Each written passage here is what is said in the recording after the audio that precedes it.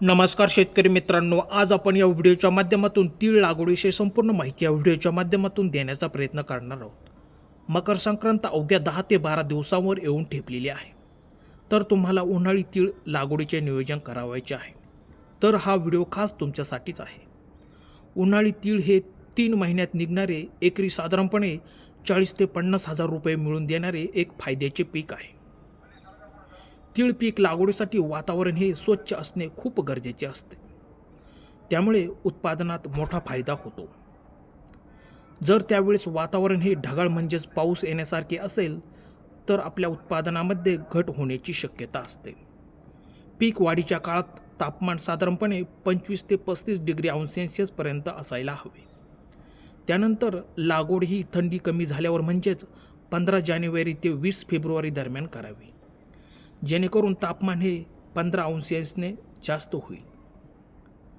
उन्हाळी तीळ पिकाची लागवड करण्यासाठी PKVNT 11, त्यानंतर AKT 101, त्यानंतर दप्तरी किंवा वेस्टर्न 11 यापैकी कोणत्याही एका जातीची तुम्ही सहज निवड करून लागवड करू शकता. पेरणीच्या वेळेस साधारणपणे एकरी हे बियाणे 1.5 ते 2 किलो वापरावयाचे आहे. पेरणी करण्यापूर्वी या बियाणांना बीज प्रक्रिया करून घ्यावयाची आहे. त्यासाठी आपल्याकडे असलेले कोणत्याही बुरशीनाशकाचा येथे वापर तुम्ही सहज करू शकता. तीळ लागवडीसाठी जमीन ही मऊ भुसभुशीत असायला हवी, कारण तीळ बियाणे बारीक असते. पेरणी करण्याआधी शेतीमध्ये पाणी देऊन वापसा झाल्यावर पेरणी करावी. आधी पेरणी केल्यानंतर पाणी दिल्यास बियाणावर मोठा मातीचा थर येऊ शकतो. त्यामुळे आपले तीळ उगवण्यास अडचण येऊ शकते. पेरणी ही बैलाच्या मदतीने पण करता येते, परंतु एकरी लागणाऱ्या बियाणाला 4 ते 5 किलो मातीत बियाणे मिसळून पेरणी करावी.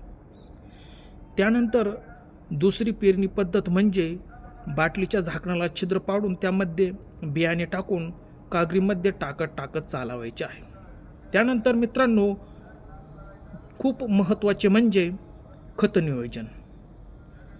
खत टाकताना 1 बॅग DAP याच्याबरोबर 5 किलो सल्फर, त्याच्यानंतर 14-35-14 1 बॅग, त्याच्यासोबत 5 किलो सल्फर, त्यानंतर तुम्ही घेऊ शकता 2 बॅग दाणेदार आणि 25 kilo urea plus 5 kilo sulphur. यापैकी कोणत्याही एका कॉम्बिनेशनची तुम्ही निवड करू शकता. त्यानंतर आहे पाणी नियोजन.